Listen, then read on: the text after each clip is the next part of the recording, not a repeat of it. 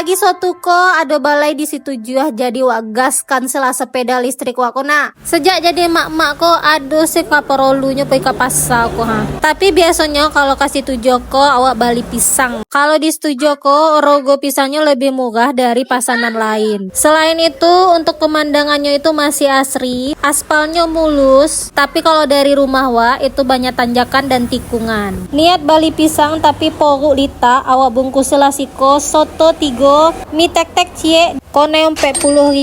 Niat cari pisang kasiko rupanya basobok pulo je pajako. Yo sebona sompi dunia inyo ke inyo aja bau. Lanjut malopen kondak anak gadih wa minta beli mainan jak cako baru tibo. Tuh anak gadih minta makan sate, ya udah wa bungkus lah pulang biar bisa makan sama-sama di rumah ya kan. Sambil menunggu sate ditungku awak bali se pisang di mungko ko ha.